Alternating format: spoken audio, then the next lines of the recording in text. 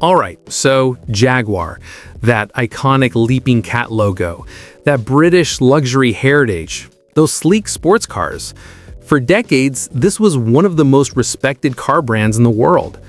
But something's gone seriously wrong. Their sales in Europe dropped 97% last year. They've stopped making most of their cars. And they just released the most bizarre rebrand and ad campaign I've ever seen. One that even got roasted by Elon Musk and Donald Trump. So what the hell happened to Jaguar? Let's figure this out. The glory days. First, let me give you some background. Jaguar wasn't always struggling. Back in the day, this brand was legendary. It started in 1922, when a guy named William Lyons got a loan and started making motorcycle sidecars in England. Within a decade, they were making cars. By 1935, they started using the Jaguar name, and after World War II, that became the official company name. In 1948, they released the XK120, a car that could hit 120 miles per hour, making it the fastest production car in the world at the time. They thought they'd only sell a few hundred. They ended up selling over 12,000. Throughout the 1950s and 60s, Jaguar was crushing it. They won the 24 Hours of Le Mans 5 times, which is a huge deal in racing. Celebrities like Steve McQueen drove them. The brand screamed performance, luxury, and style. That era was probably the peak for Jaguar. And honestly, they've been trying to get back to that level ever since. Problem number 1. The economy kept hitting them. So what went wrong? Let me break down the main issues. First off, Jaguar has always been vulnerable to economic problems. They're a luxury brand, so when recessions hit or inflation goes crazy, people stop buying expensive cars. Plus, since they exported most of their cars to the US, exchange rates constantly messed with their business. When the British pound got stronger, their cars became more expensive in America and sales dropped. In 1966, the founder basically had to sell the company because inflation was killing the auto industry. 9 years later, the British government had to take them over to prevent them from going bankrupt.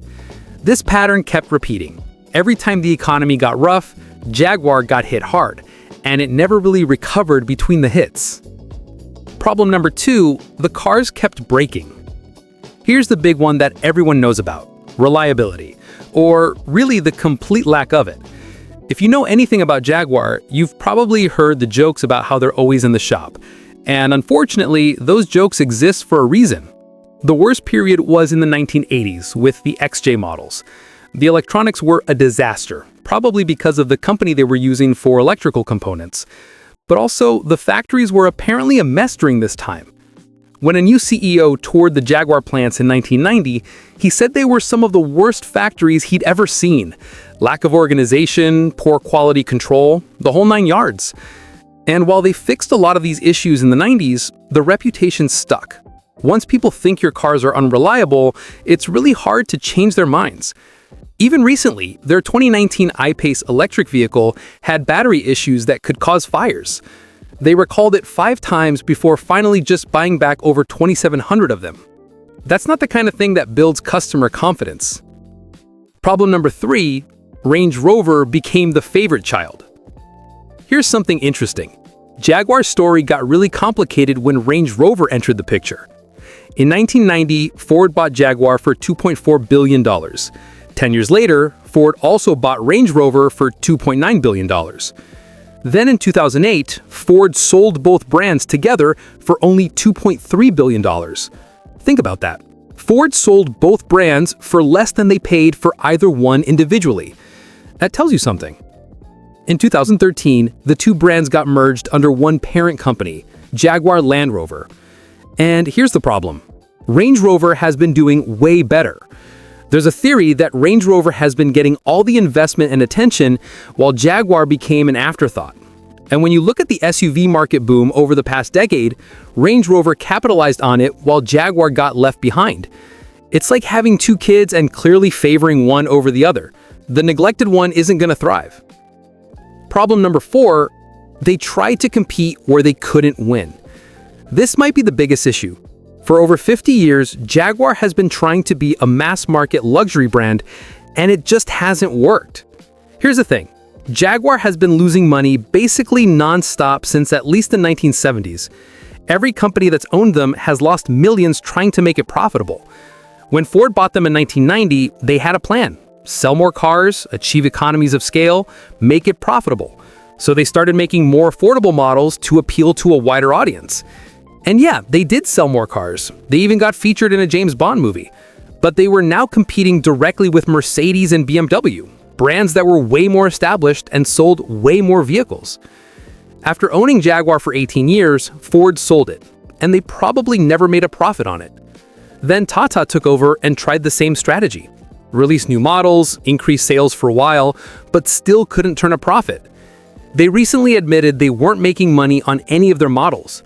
To put this in perspective, as of 2023, both Mercedes and BMW were selling 40 times more cars in the US than Jaguar. That's not even close. After 50+ years of trying, it's pretty clear Jaguar can't compete in that segment. They needed a completely different strategy. Problem number 5, the wild rebrand. Which brings us to what's happening right now. And honestly, I don't know if this is genius or insanity. Jaguar decided to completely reinvent itself. Not just a little refresh, a total transformation. The plan: stop trying to compete with BMW and Mercedes. Instead, go way upmarket and compete with Bentley and Porsche. They're roughly doubling their prices and going all electric. The idea is they'll make way more profit per car, so they don't need to sell nearly as many. Quality over quantity.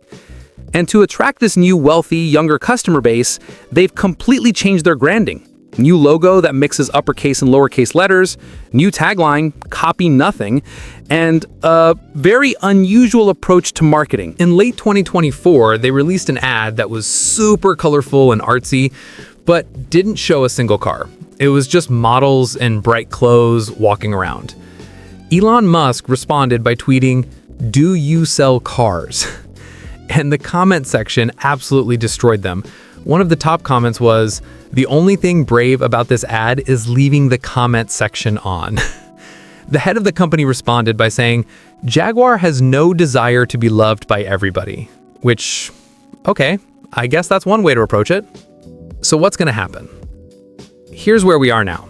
Jaguar stopped producing most of their cars in 2024.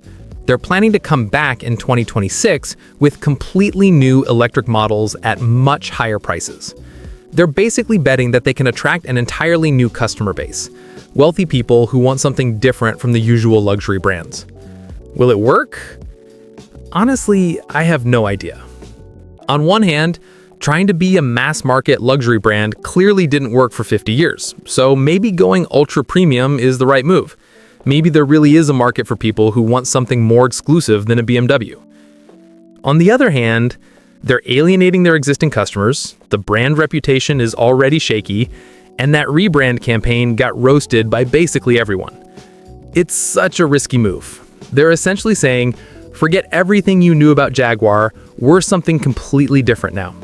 That can work, but it can also spectacularly fail. My take. Look, I get why they're doing this. The old strategy wasn't working. They were losing money year after year. Something had to change dramatically. But I'm skeptical. Can you really take a brand that's been around for a century and just completely change what it represents? Will wealthy buyers actually pay Bentley prices for a Jaguar? And that ad campaign, I don't know, man. Being different for the sake of being different doesn't always work. Sometimes you're not being bold and innovative, you're just being weird and off-putting. I guess we'll find out in 2026 when they actually start selling cars again. Maybe they'll prove everyone wrong and this will be remembered as a genius turnaround. Or maybe this will go down as one of the worst rebrands in automotive history. But what do you think? That's just my take. I'm curious what you guys think. Have you ever owned a Jaguar? What was your experience? Do you think this rebrand is brilliant or crazy?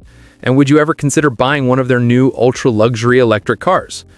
Drop your thoughts in the comments. I genuinely want to know if anyone actually likes what they're doing, or if everyone thinks this is a disaster waiting to happen. And if you found this interesting, hit that like button and subscribe, because I love covering these kind of wild business stories where you genuinely can't predict what's going to happen next. Thanks for watching, and I'll catch you in the next one.